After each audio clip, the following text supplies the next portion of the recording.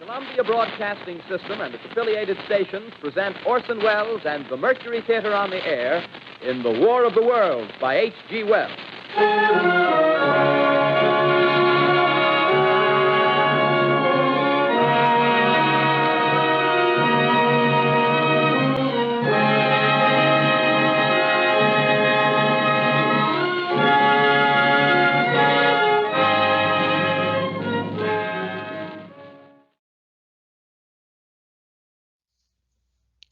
In February, Lifelong Learning celebrated World Radio Day by listening to one of the most infamous radio broadcasts in U.S. radio and television history, the 1938 original CBS broadcast of War of the Worlds.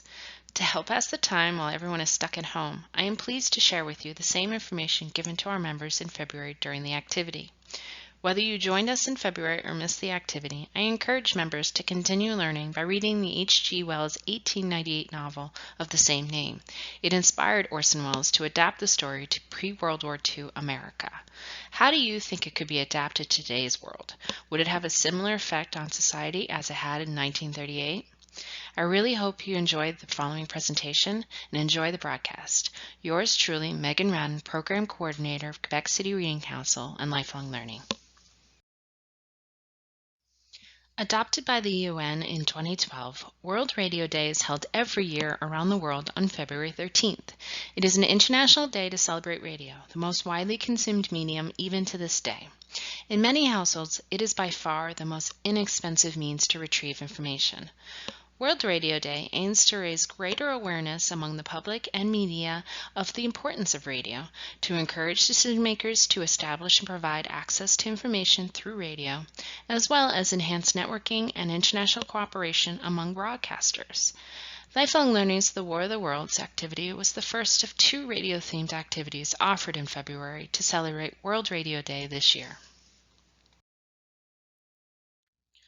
Long before there was TV, there was radio theater.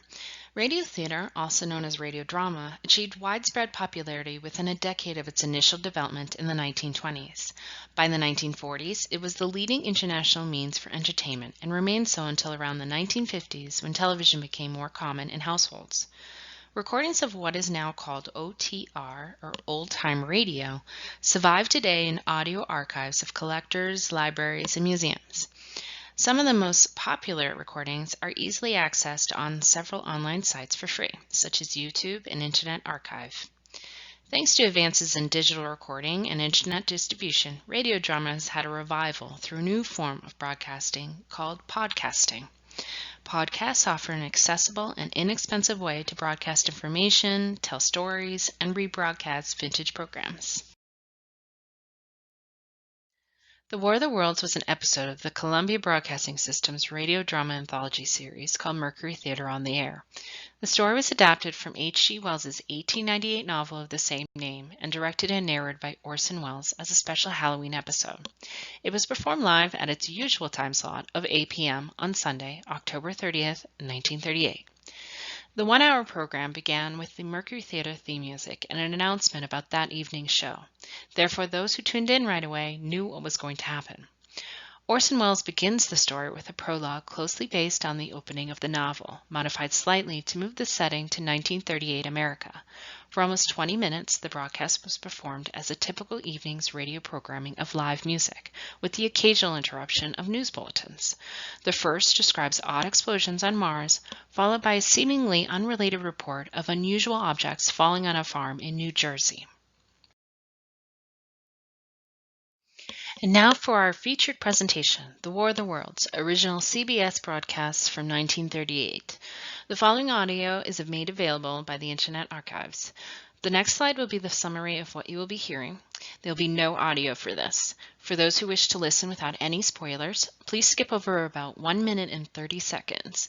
There will be a countdown to warn you before the start of the broadcast.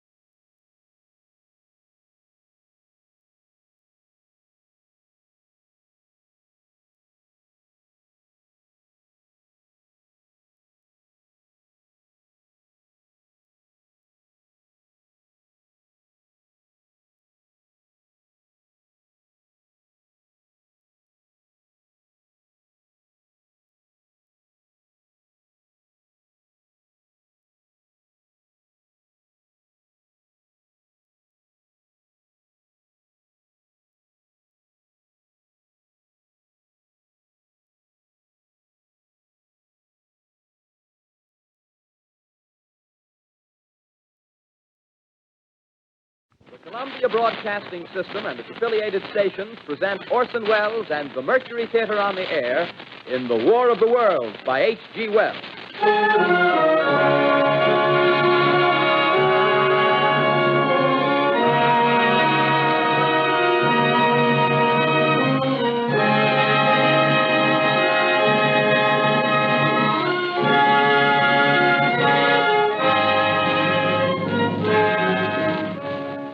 Ladies and gentlemen, the director of the Mercury Theater and star of these broadcasts, Orson Welles. We know now that in the early years of the 20th century, this world was being watched closely by intelligences greater than man's, and yet as mortal as his own. We know now that as human beings busied themselves about their various concerns, they were scrutinized and studied, perhaps almost as narrowly as a man with a microscope might scrutinize the transient creatures that swarm and multiply in a drop of water. With infinite complacence, people went to and fro over the earth about their little affairs, serene in the assurance of their dominion over this small, spinning fragment of solar driftwood, which by chance or design, man has inherited out of the dark mystery of time and space. Yet across an immense ethereal gulf, minds that are to our minds as ours are to the beasts in the jungle, intellects vast, cool, and unsympathetic, regarded this earth with envious eyes and slowly and surely drew their plans against us. In the 39th year of the 20th century came the Great Disillusionment. It was near the end of October. Business was better. The war scare was over. More men were back at work. Sales were picking up. On this particular evening, October 30th, the Crosley service estimated that 32 million people were listening in on radios. For the next 24 hours, not much change in temperature. A slight atmospheric disturbance of undetermined origin is reported over Nova Scotia, causing a low-pressure area to move down rather rapidly over the northeastern states, bringing a forecast of rain accompanied by winds of light gale force. Maximum temperature 66, minimum 48. This weather report comes to you from the Government Weather Bureau. We take you now to the Meridian Room in the Hotel Park Plaza in downtown New York, where you will be entertained by the music of Raymond Raquello and his orchestra.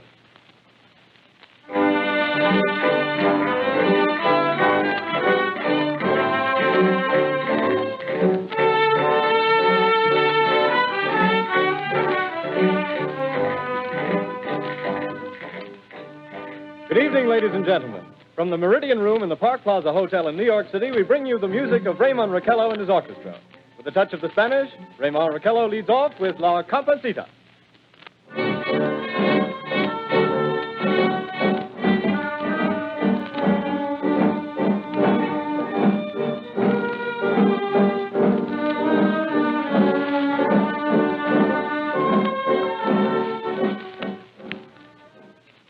Ladies and gentlemen, we interrupt our program of dance music to bring you a special bulletin from the Intercontinental Radio News.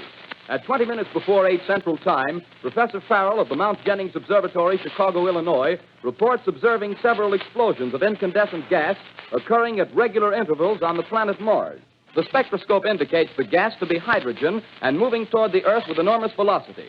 Professor Pearson of the observatory at Princeton confirms Farrell's observation and describes the phenomenon as, quote, like a jet of blue flame shot from a gun, unquote. We now return you to the music of Raymond Raquello, playing for you in the Meridian Room of the Park Plaza Hotel, situated in downtown New York.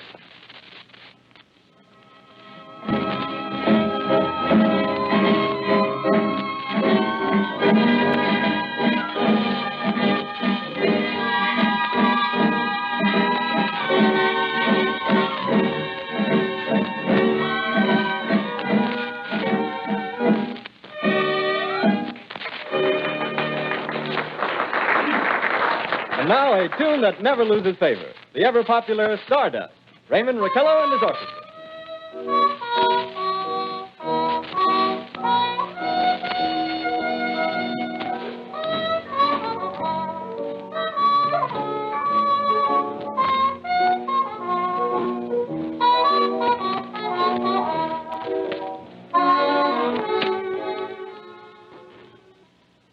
Ladies and gentlemen, following on the news given in our bulletin a moment ago, the Government Meteorological Bureau has requested the large observatories of the country to keep an astronomical watch on any further disturbances occurring on the planet Mars. Due to the unusual nature of this occurrence, we have arranged an interview with the noted astronomer, Professor Pearson, who will give us his views on this event. In a few moments, we will take you to the Princeton Observatory at Princeton, New Jersey. We return you until then to the music of Ramon Raquello and his orchestra.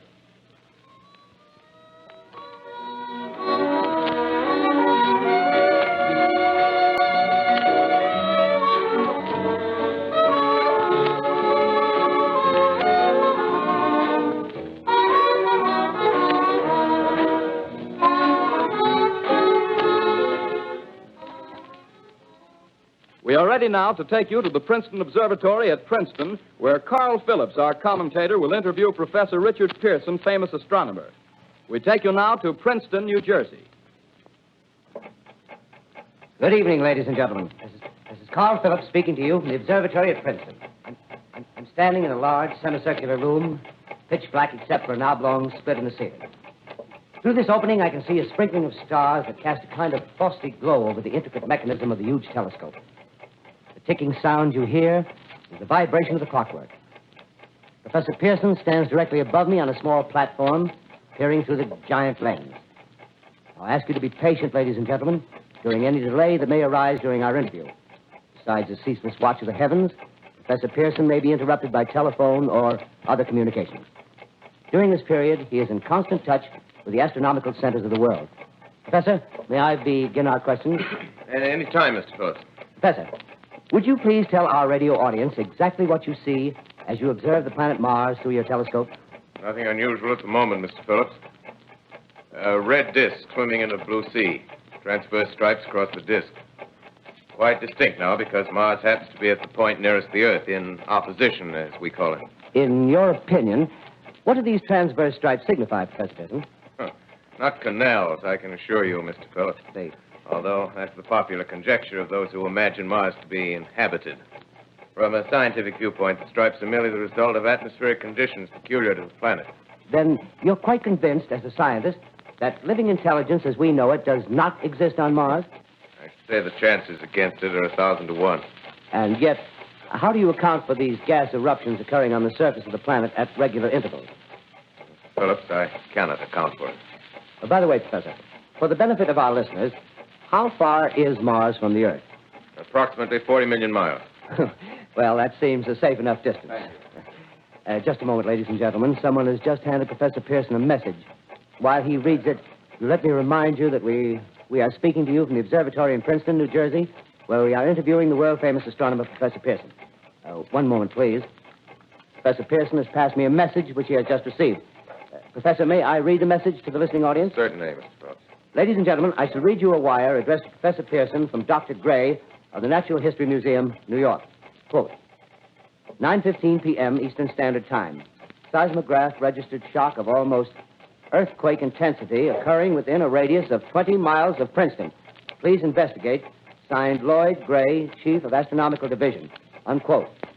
Professor Pearson, could this occurrence possibly have something to do with the disturbances observed on the planet Mars? Hardly, Mr. Phillips. This is probably a meteorite of unusual size, and its arrival at this particular time is merely a coincidence. However, we shall conduct a search as soon as daylight permits. Thank you, Professor. Ladies and gentlemen, for the past 10 minutes, we've been speaking to you from the observatory at Princeton, bringing you a special interview with Professor Pearson, noted astronomer. This is Carl Phillips speaking. We are returning you now to our New York studio.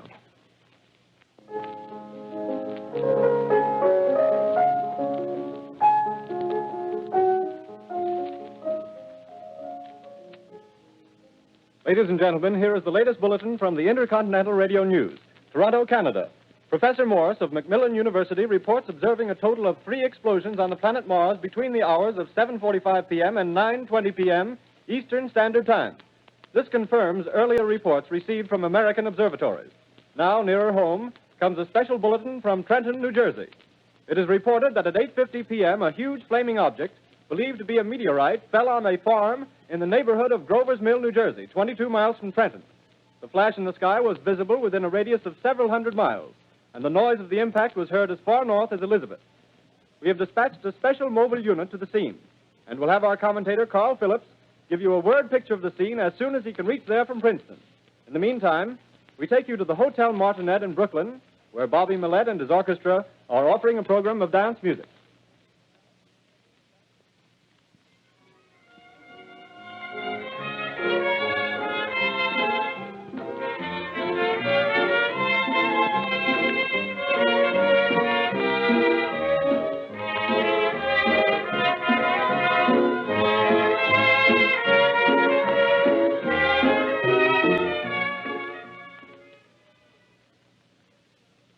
We take you now to Grover's Mill, New Jersey.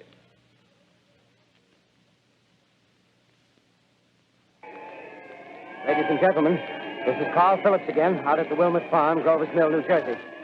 Professor Pearson and myself made the 11 miles from Princeton in 10 minutes. Well, I hardly know where to begin. To paint for you a word picture of the strange scene before my eyes, like something out of a modern Arabian Nights. Well, I just got here. I haven't had a chance to look around yet.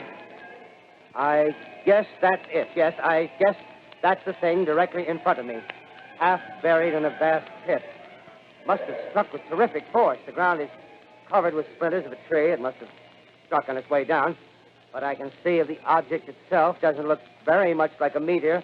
At least not the meteors I've seen. It looks more like a huge cylinder. Has a diameter of, what would you say, Professor Pearson? What's that? What would you say, what's the diameter of this? About 30 yards. About 30 yards. The metal on the sheath is, well, I've never seen anything like it. The color is sort of yellowish white. It's curious. Spectators now are pressing close to the object in spite of the efforts of the police to keep them back. Getting in front of my line of vision. Would you mind standing one side, please? While the policemen are pushing the crowd back. Here's Mr. Wilmot, owner of the farm here. He may have some interesting facts to add. Mr. Wilmot, would you please tell the radio audience as much as you remember of this rather unusual visitor that dropped in your backyard? A step closer, please. Ladies and gentlemen, this is Mr. Wilmot. Well, I was listening to the radio. Closer and louder, please. Pardon me? Louder, please, closer. Yes. I was listening to the radio and kind of drowsing.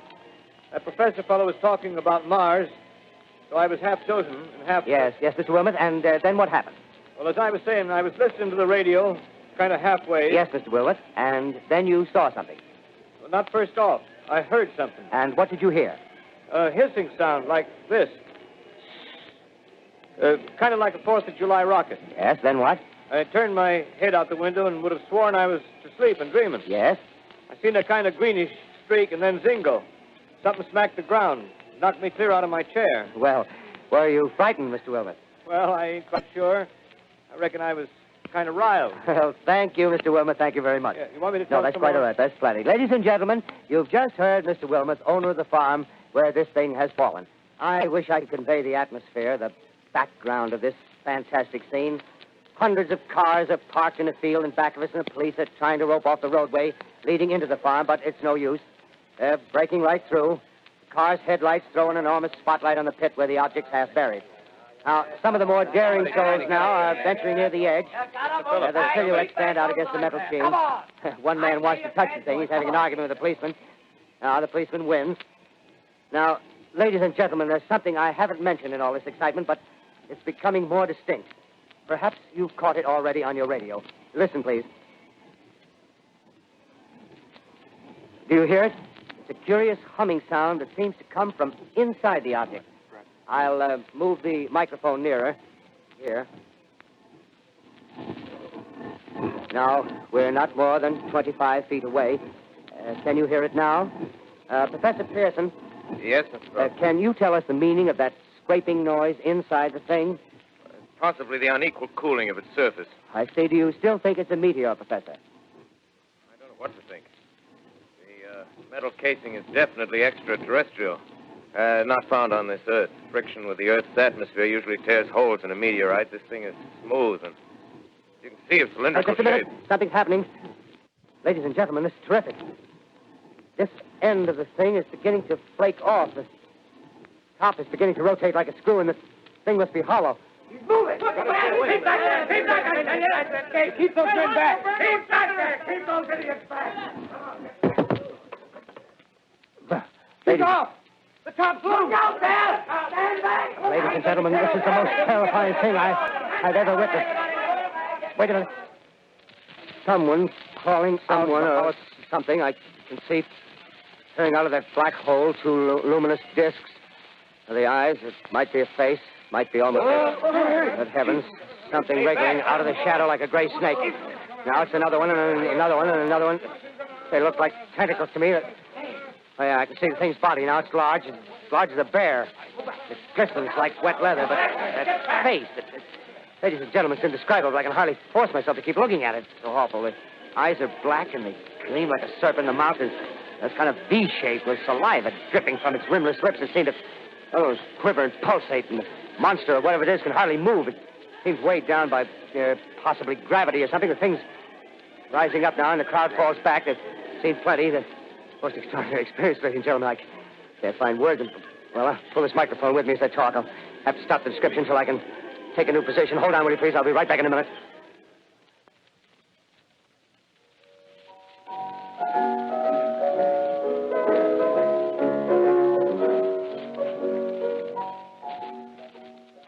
We are bringing you an eyewitness account of what's happening on the Wilmouth Farm, Grover's Mill, New Jersey.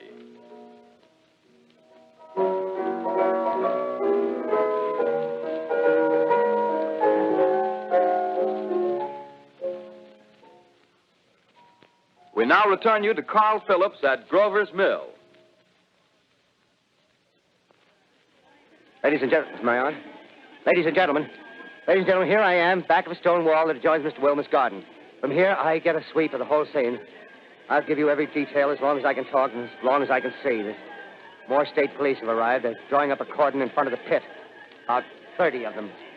No need to push the crowd back now. They're willing to keep their distance. The captain's conferring with someone. Can't quite see who. Oh, yes, I believe it's Professor Pearson. Yes, it is. Now they've parted, and the professor moves around one side, studying the object while the captain and two policemen advance with something in their hands. I can see it now. It's a white handkerchief tied to a pole. Flag of truce. If those creatures know what that means, what anything means. Wait a minute, something's happening. Humped shape is rising out of the pit. I can make out a small beam of light against a mirror. What's that? There's a jet of flame springing from the mirror, and it leaps right at the advancing men. It strikes them head on. Lord, they're turning into flames. Now the whole field's caught up by the woods, the barns, the gas tanks of the automobiles spreading everywhere. It's coming this way now, about 20 yards to my right.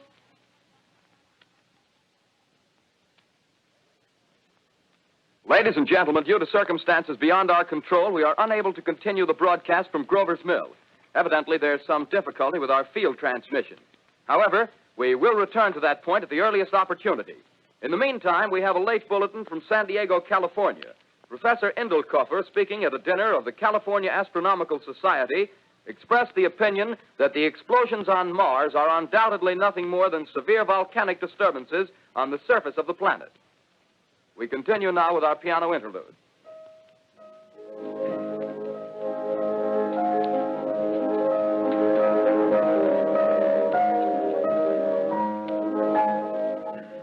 Ladies and gentlemen, I've just been handed a message that came in from Grover's Mill by telephone. Just one moment, please. At least 40 people, including 6 state troopers, lie dead in a field east of the village of Grover's Mill, their bodies burned and distorted beyond all possible recognition. The next voice you hear will be that of Brigadier General Montgomery Smith, commander of the state militia at Trenton, New Jersey. I have been requested by the governor of New Jersey to place the counties of Mercer and Middlesex as far west as Princeton and east to Jamesburg under martial law. No one will be permitted to enter this area except by special pass issued by state or military authorities. 4 companies of state militia are proceeding from Trenton to Grover's Mill and will aid in the evacuation of homes within the range of military operations. Thank you. You have just been listening to General Montgomery Smith, commanding the state militia at Trenton. In the meantime, further details of the catastrophe at Grover's Mill are coming in. The strange creatures, after unleashing their deadly assault, crawled back in their pit and made no attempt to prevent the efforts of the firemen to recover the bodies and extinguish the fire. The combined fire departments of Mercer County are fighting the flames which menace the entire countryside. We have been unable to establish any contact with our mobile unit at Grover's Mill. but we hope to be able to return you there at the earliest possible moment. In the meantime, we take you to... Just one moment, please. Ladies and gentlemen, I have just been informed that we have finally established communication with an eyewitness of the tragedy. Professor Pearson has been located at a farmhouse near Grover's Mill, where he has established an emergency observation post. As a scientist, he will give you his explanation of the calamity. The next voice you hear will be that of Professor Pearson, brought to you by direct wire. Professor Pearson. Of the creatures in the rocket cylinder at Grover's Mill, I can give you no authoritative information, either as to their nature, their origin, or their purposes here on Earth. Of their destructive instrument, I might venture some conjectural explanation. For want of a better term, I shall refer to the mysterious weapon as a heat ray. It's all too evident that these creatures have scientific knowledge far in advance of our own. It's my guess that in some way they are able to generate an intense heat in a chamber of practically absolute non-conductivity. This intense heat they project in a parallel beam against any object they choose by means of a polished parabolic mirror of unknown composition, much as the mirror of a lighthouse projects a beam of light. That is my conjecture of the origin of the heat ray. Thank you, Professor Pearson. Ladies and gentlemen, here is a bulletin from Trenton. It is a brief statement informing us that the charred body of Carl Phillips has been identified in the Trenton Hospital. Now, here's another bulletin from Washington, D.C. The Office of the Director of the National Red Cross reports 10 units of Red Cross emergency workers have been assigned to the headquarters of the state militia, stationed outside of Grover's Mill, New Jersey. Here's a bulletin from State Police, Princeton Junction. The fires at Grover's Mill and vicinity are now under control. Scouts report all quiet in the pit, and there is no sign of life appearing from the mouth of the cylinder. Now, ladies and gentlemen, we have a special statement from Mr. Harry McDonald, Vice President in charge of operations. We have received a request from the State Militia of Trenton to place at their disposal our entire broadcasting facilities.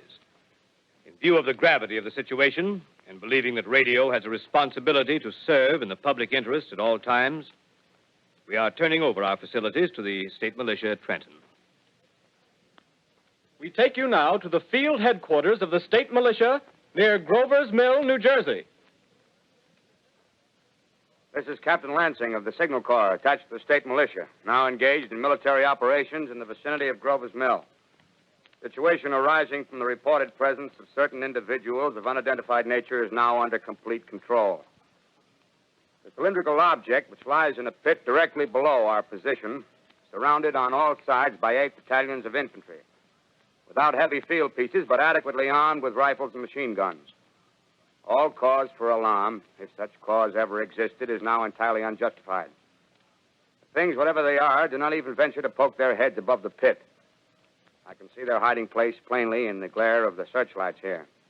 With all their reported resources, these creatures can scarcely stand up against heavy machine gun fire. Anyway, it's an interesting outing for the troops. I can make out their khaki uniforms crossing back and forth in front of the lights. Looks almost like a real war. There appears to be some slight smoke in the woods bordering the Millstone River. Probably fire started by campers. Well, we ought to see some action soon. One of the companies is deploying on the left flank. A quick thrust and it'll all be over. Now, wait a minute. I see something on top of the cylinder. No, it's nothing but a shadow. Now the troops are on the edge of the Wilmot Farm. 7,000 armed men closing in on an old metal tube. A tub, rather. Well, wait, that wasn't a shadow. It's something moving. Solid metal, kind of a shield-like affair rising up out of the cylinder. It's going higher and higher. What? It's standing on legs, actually rearing up on a sort of metal framework. Now it's reaching above the trees and the searchlights are on it. Hold on.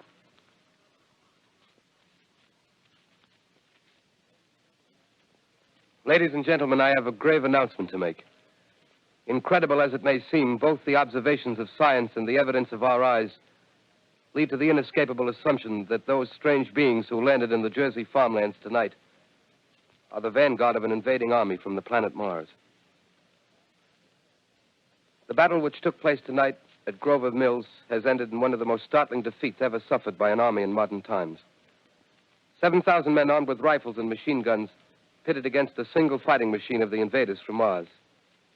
120 known survivors.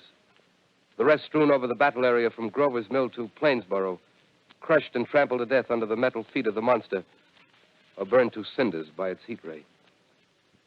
The monster is now in control of the middle section of New Jersey and has effectively cut the state through its center. Communication lines are down from Pennsylvania to the Atlantic Ocean. Railroad tracks are torn and service from New York to Philadelphia discontinued, except routing some of the trains through Allerton and Phoenixville. Highways to the north, south, and west are clogged with frantic human traffic. Police and army reserves are unable to control the mad flight. By morning, the fugitives will have swelled Philadelphia, Camden, and Trenton. It is estimated to twice their normal population. Martial law prevails throughout New Jersey and eastern Pennsylvania. At this time, we take you to Washington for a special broadcast on the national emergency. The Secretary of the Interior. Citizens of the nation, I shall not try to conceal the gravity of the situation that confronts the country, nor the concern of your government in protecting the lives and property of its people. However, I wish to impress upon you, private citizens and public officials, all of you, the urgent need of calm and resourceful action. Fortunately, this formidable enemy is still confined to a comparatively small area, and we may place our faith in the military forces to keep them there.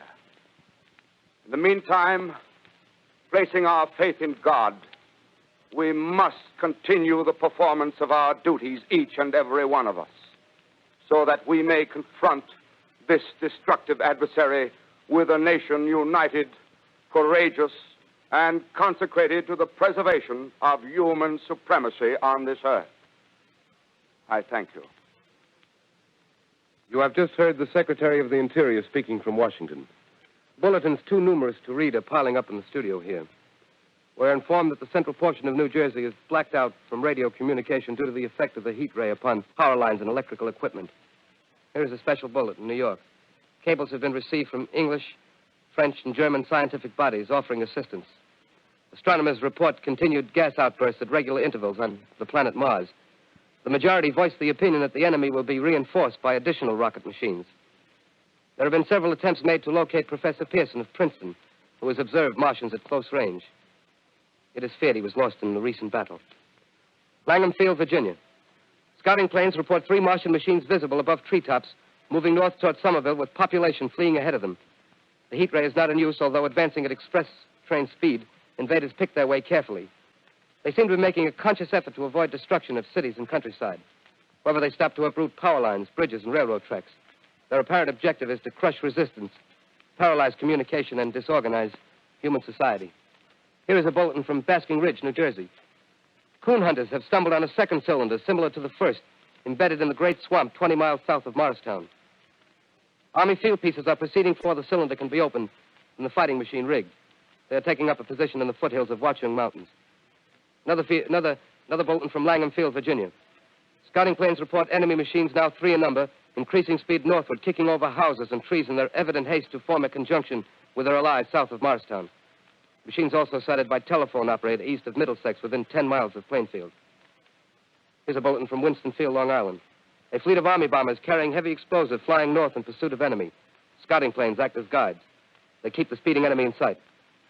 Just a moment, please, ladies and gentlemen. We've run special wires to the artillery line in adjacent villages to give you direct reports in the zone of the advancing enemy. First, we take you to the battery of the 22nd Field Artillery, located in the Watchung Mountains. Range 32 meters. 32 meters. Projection 39 degrees. 39 degrees. Fire.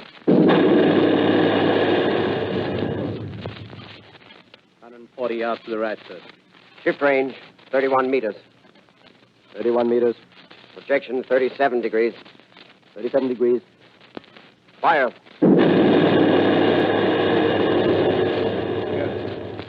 Hit, sir. Got the tripod of one of them. They're stopped. The others are trying to repair it. Quick, get the range. Shift 30 meters. 30 meters. Projection 27 degrees. 27 degrees. Fire.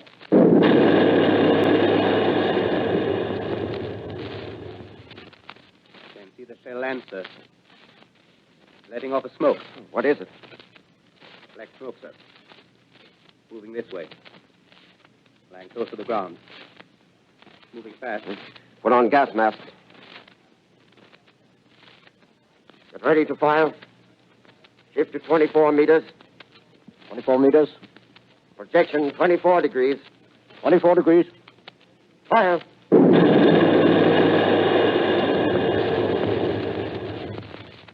Still can't see, sir. Smoke's coming nearer. Get the range. 30 feet. Meters. 23 meters. 23 meters. Projection 22 degrees. 22 degrees.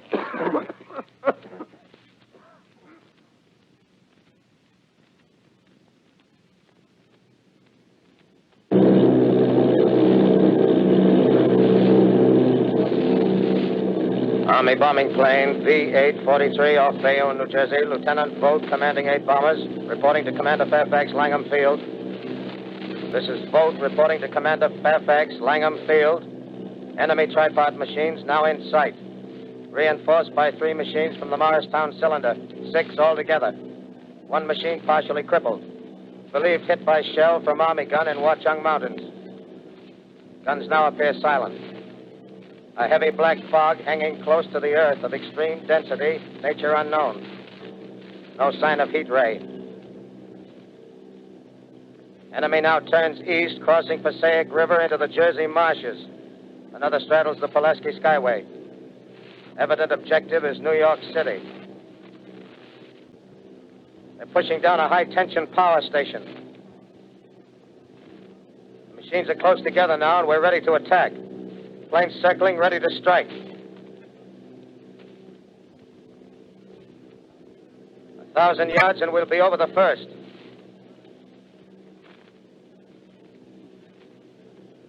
$800 yards.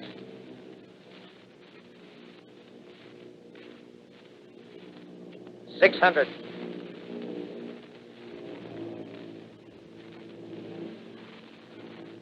$400. 200. There they go. The giant arm raised. Green flash.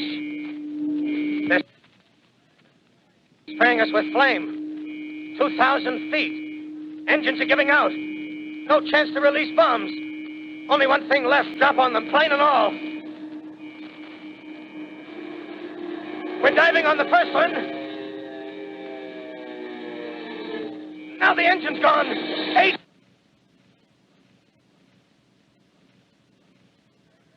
This is Bayonne, New Jersey, calling Langham Field. This is Bayonne, New Jersey, calling Langham Field. Come in, please. This is Langham Field. Go ahead. 8 Army bombers in engagement with enemy tripod machines over Jersey Flats. Engines incapacitated by heat ray. All crashed. 1 enemy machine destroyed. Enemy now discharging heavy black smoke in direction of...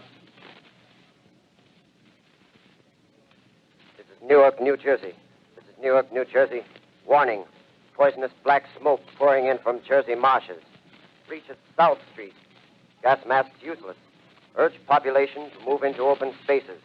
Automobiles use routes 7, 23, 24. Avoid congested areas. Smoke now spreading over Raymond Boulevard.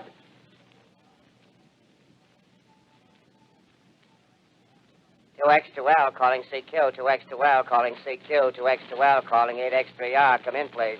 This is 8X3R coming back at 2X2L. How's reception? How's reception? Okay, please. Where are you, 8X3R? What's the matter? Where are you?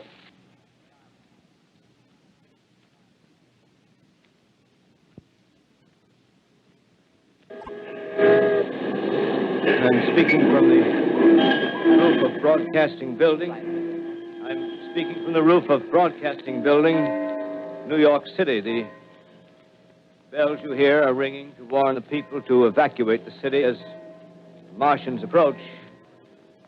Estimated in the last 2 hours, 3 million people have moved out along the roads to the north. Hutchison River Parkway is still kept open for motor traffic. Avoid bridges to Long Island, hopelessly jammed. All communication with Jersey Shore closed 10 minutes ago. No more defenses. Our army is wiped out. Artillery, Air Force, everything wiped out. This may be the last broadcast. We'll stay here to the end. People are holding service here below us in the cathedral. Now I look down the harbor, all manner of boats, overloaded with fleeing population pulling out from docks. Streets are all jammed. Noise and crowds like New Year's Eve in city. Wait a minute. The enemy is now in sight above the Palisades. Five great machines. First one is crossing the river. I can see it from here, wading the Hudson like a man wading through a brook. A bulletin is handed me. Martian cylinders are falling all over the country. One outside of Buffalo, one in Chicago, St. Louis. Seem to be timed and spaced. Now the first machine reaches the shore. He stands watching, looking over the city. The steel cowlish head is even with the skyscrapers. He waits for the others. They rise like a line of new towers on the city's west side. Now they're lifting their metal hands. This is the end now.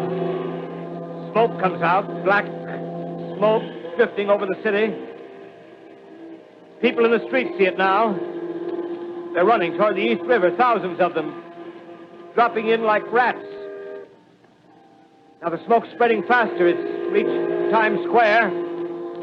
People are trying to run away from it, but it's no use. They're falling like flies. Now the smoke's crossing 6th Avenue. 5th Avenue. 100 yards away. It's 50 feet.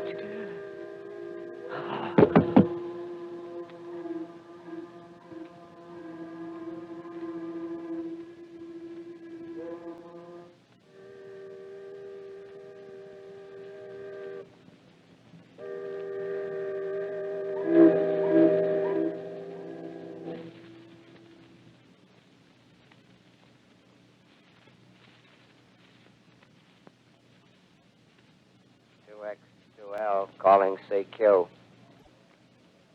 2X2L calling CQ.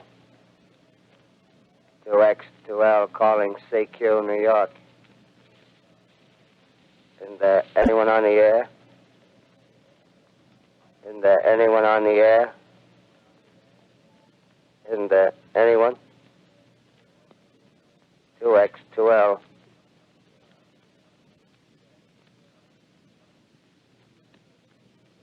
You are listening to a CBS presentation of Orson Welles and the Mercury Theater on the Air in an original dramatization of The War of the Worlds by H.G. Wells. The performance will continue after a brief intermission. This is the Columbia Broadcasting System. The War of the Worlds by H.G. Wells, starring Orson Welles and the Mercury Theater on the Air.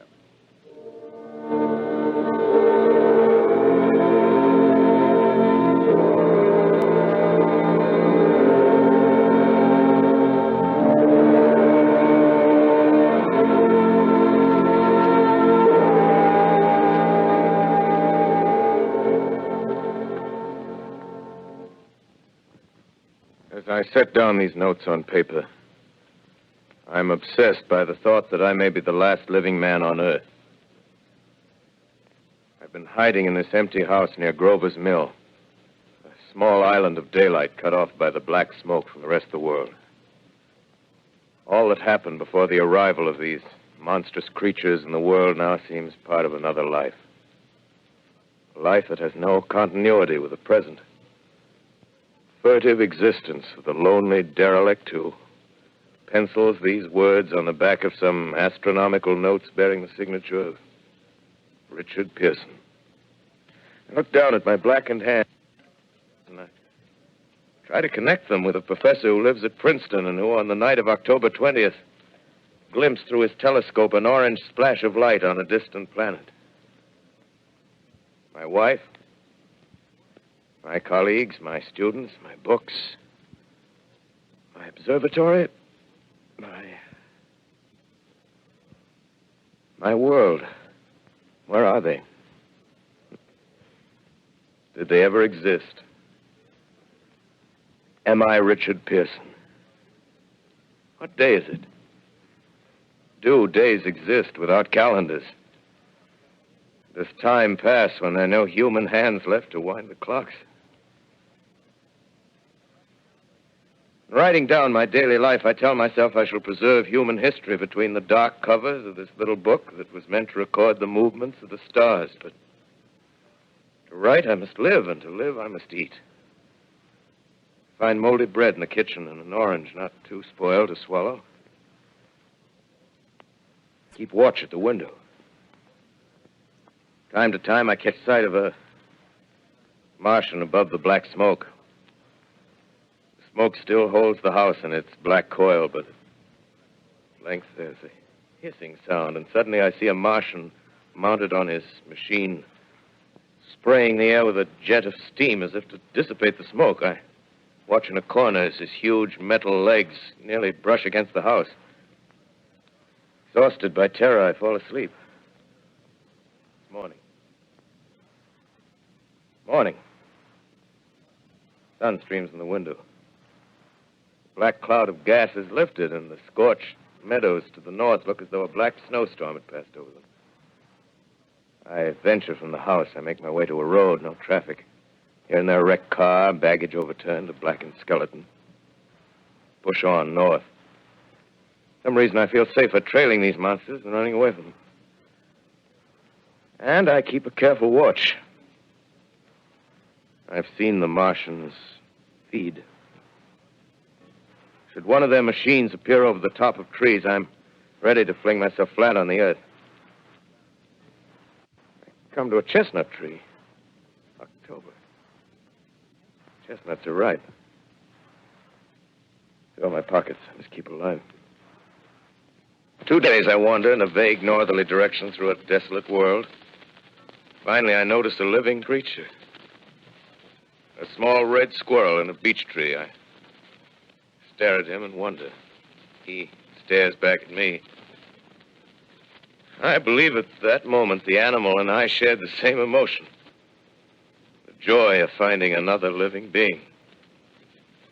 Push on north. I find dead cows in a brackish field, and beyond the charred ruins of a dairy and a silo remain standing guard over the wasteland like a lighthouse, deserted by the sea. Astride the silo perches a weathercock. The arrow points north. North. Next day, I come to a city. City vaguely familiar in its contours, yet its buildings strangely dwarfed and leveled off as if a giant had sliced off its highest towers with a capricious sweep of his hand. Reached the outskirts. I found Newark. Newark, undemolished but humbled by some whim of the advancing Martians. Presently, with an odd feeling of being watched, I caught sight of something crouching in a doorway. I made a step towards it, and it rose up and became a man. A man armed with a large knife. Stop! Where do you come from? I come from many places.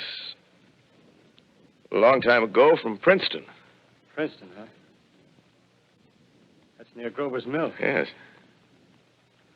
Grover's Mill. There's no food here. This is my country. All this end of town down the river. There's only food for one. Which way are you going? I don't know. I guess I'm looking for people. Hey, what was that? you hear something just then? No. Only a bird. A live bird. Yeah. You get to know that birds have shadows these days. Say, we're in the open here. Let's crawl in this doorway here and talk. Have you seen any Martians? No. They're going over to New York. Night, the sky's alive with their lights, just as if people were still living in it. By daylight, you can't see them. 5 days ago, a couple of them carried something big across the flats from the airport. I think they're learning how to fly. Fly? Yeah, fly. Then it's all over with humanity. Stranger, there's still you and I. 2 of us left. Yeah. They got themselves in solid. They wrecked the greatest country in the world. Those green stars, they're probably falling somewhere every night. They've only lost 1 machine. There isn't anything to do. We're done. We're licked. Where were you? You're in a uniform. Yeah, what's left of it. I was in the militia. National Guard. That's good. There wasn't any war. Any more than there's war between men and ants. Yes, but we're eatable ants. I found that out. What'll they do to us? I thought it all out. Right now, we're caught as we're wanted. A Martian only has to go a few miles to get a crowd on the run. But they won't keep on doing that. They'll begin catching us systematic, like keeping the best and storing us in cages and things. They haven't begun on us yet. Not begun? Not begun. All that's happened so far is because we don't have sense enough to keep quiet. Bothering them with guns and such stuff and losing our heads and rushing off in crowds. No, instead of our rushing around blind, we got to fix ourselves up. Fix ourselves up according to the way things are now. Cities, nations, civilization, progress. Yes, but if that's so, what is there to live for? Well, there won't be any more concerts for 1,000,000 years or so and no nice little dinners at restaurants. If it's amusement you're after, I guess the game's up. What is there left? Life, that's what. I want to live. Yeah, and so do you. We're not going to be exterminated. And I don't mean to be caught either. Tamed and fattened and bred like an ox. What are you going to do? I'm going on. Right under their feet. I got a plan. We men, as men, we're finished. We don't know enough. We got to learn plenty before we get a chance. We've got to live and keep free while we learn, see? I've thought it all out, see? Well, tell me the rest. Well, it isn't all of us that are made for wild beasts. That's what it got to. That's what it got to be. That's why I watched you. Watched you. All those little office workers that used to live in these houses. They be no good. They haven't any stuff in them. They used to run off to work. I've seen hundreds of them running to catch their commuter's train in the morning, afraid they'd get canned if they didn't. Running back at night, afraid they wouldn't be in time for dinner. Lives insured and a little invested in case of accidents. Yeah, and on Sundays, worried about the hereafter. Well, the Martians, they'll be a godsend for those guys. Nice, roomy cages, good food, careful breeding, no worries. Yeah, after a week or so of chasing around the fields on empty stomachs, they'll come and be glad to be caught. You've thought it all out, haven't you? Sure, you bet I have. That isn't all. These Martians are going to make pets of some of them. Train them to do tricks. Who knows, get sentimental over the pet boy who grew up and had to be killed. Yeah, and some maybe, they'll train to hunt us. Oh, no, it's impossible. Human Yes, they will. There's men who do it gladly. If one of them ever comes after me, by... In the meantime, you and I and others like us, where are we to live when the Martians own the Earth? I got it all figured out. We'll live underground. I've been thinking about the sewers. Under New York, there are miles and miles of them. The main ones, they're big enough for anybody. Then there's cellars, vaults, underground storerooms, railway tunnels, subways.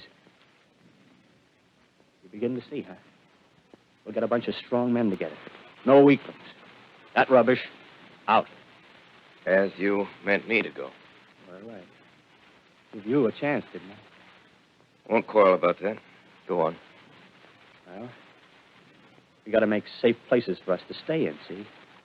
Get all the books we can. Science books. That's where men like you come in, see?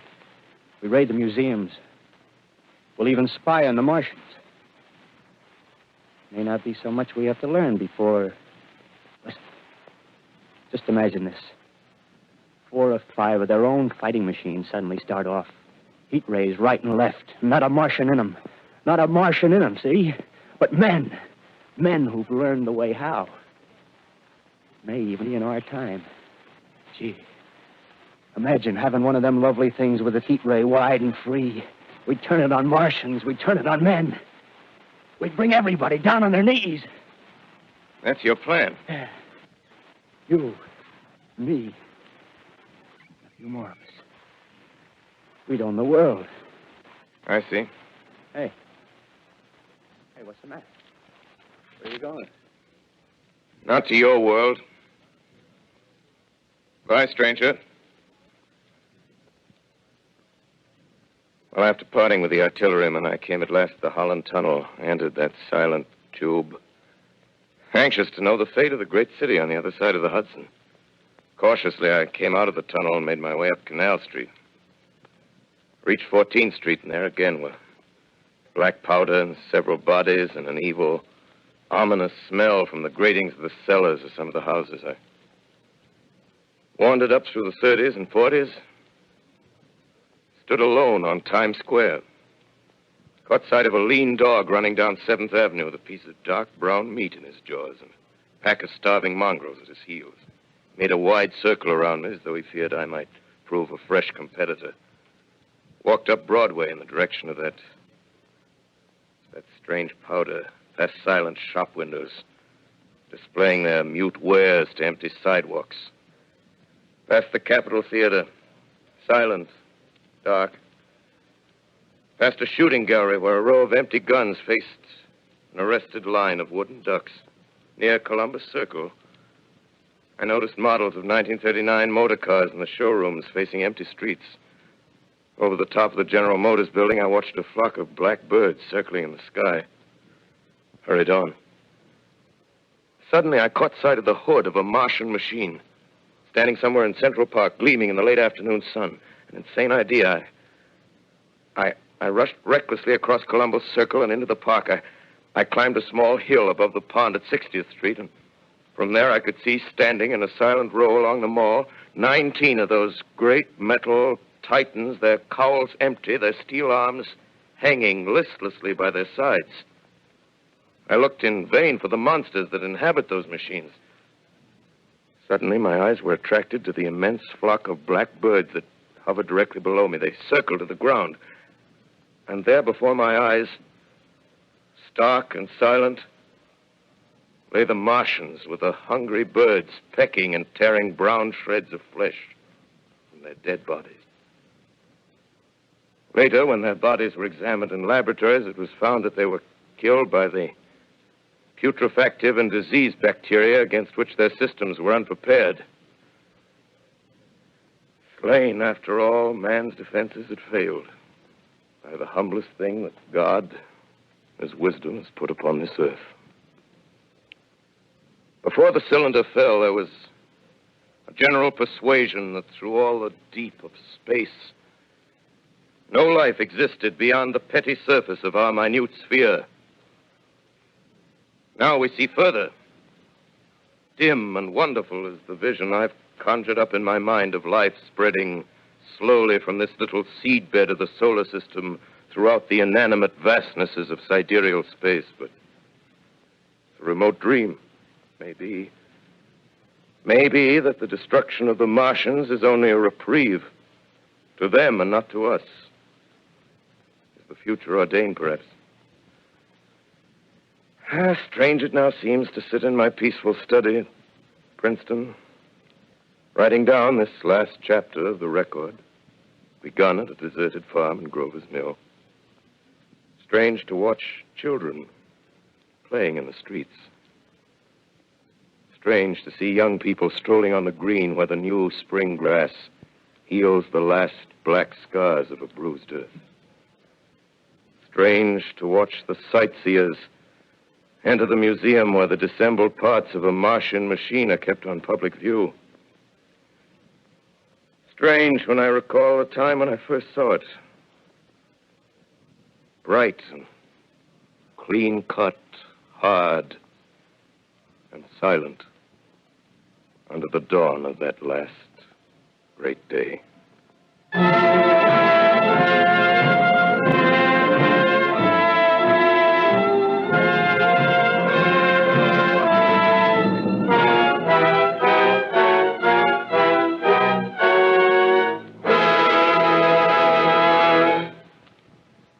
This is Orson Welles, ladies and gentlemen, out of character, to assure you that the War of the Worlds has no further significance than as the holiday offering it was intended to be. The Mercury Theater's own radio version of dressing up in a sheet and jumping out of a bush and saying boo. Starting now, we couldn't soap all your windows and steal all your garden gates by tomorrow night, so we did the best next thing. We annihilated the world before your very ears and utterly destroyed the CBS. You will be relieved, I hope, to learn that we didn't mean it and that both institutions are still open for business. So goodbye, everybody, and remember, please, for the next day or so, the terrible lesson you learned tonight. That grinning, glowing, globular invader of your living room is an inhabitant of the pumpkin patch, and if your doorbell rings and nobody's there, that was no Martian, it's Halloween.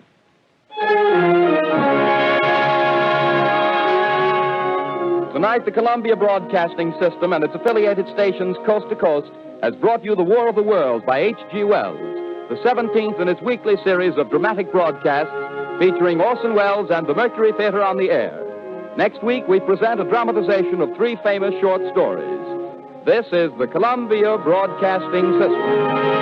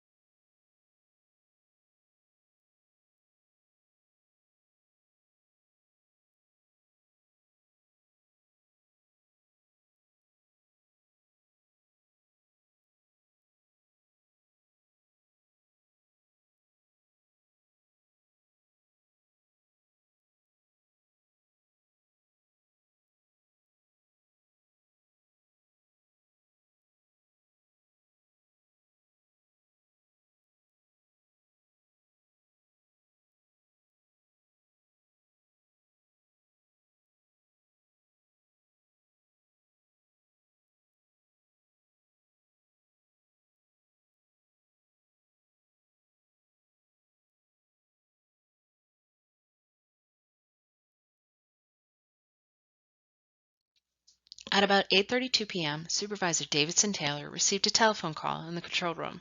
4 minutes later, he re-entered the studio pale as death.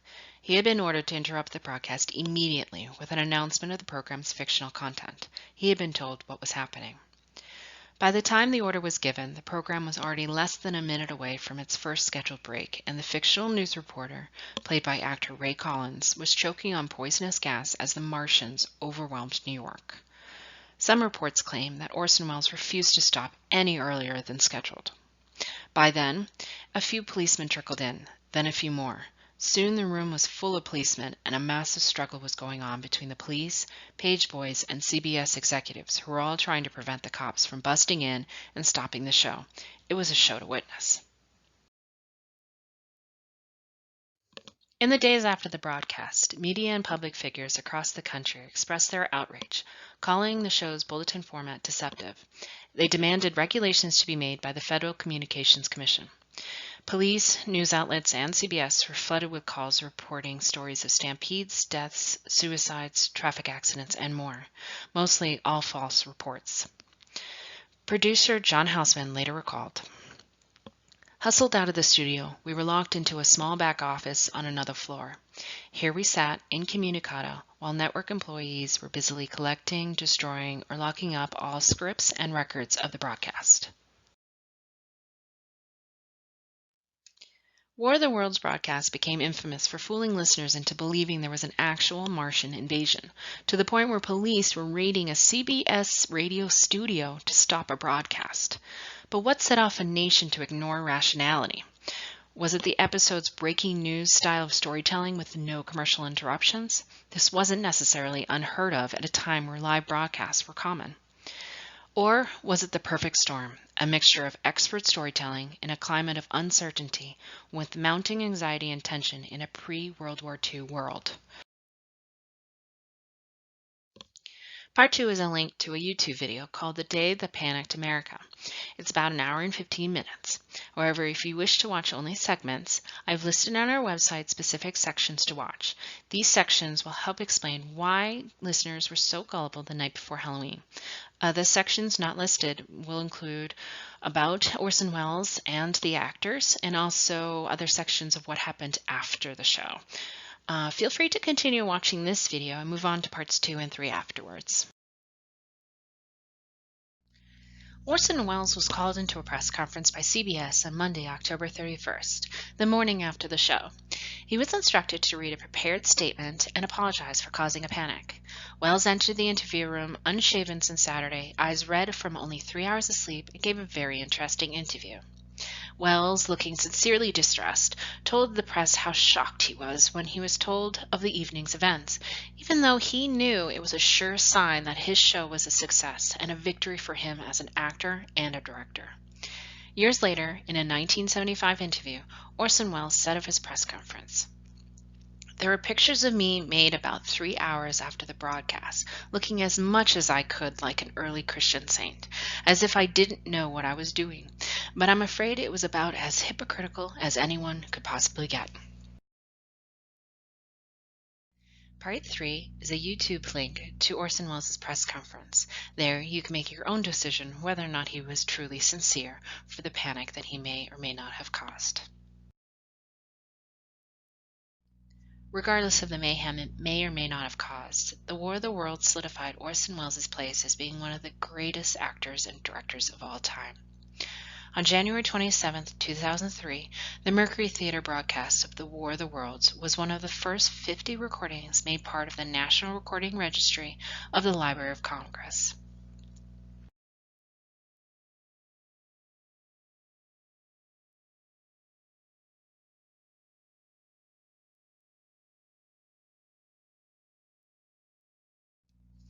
I hope you have enjoyed these presentations. If you would like to learn more about lifelong learning or would like to request a presentation, please email me at info@lifelonglearningquebec.org.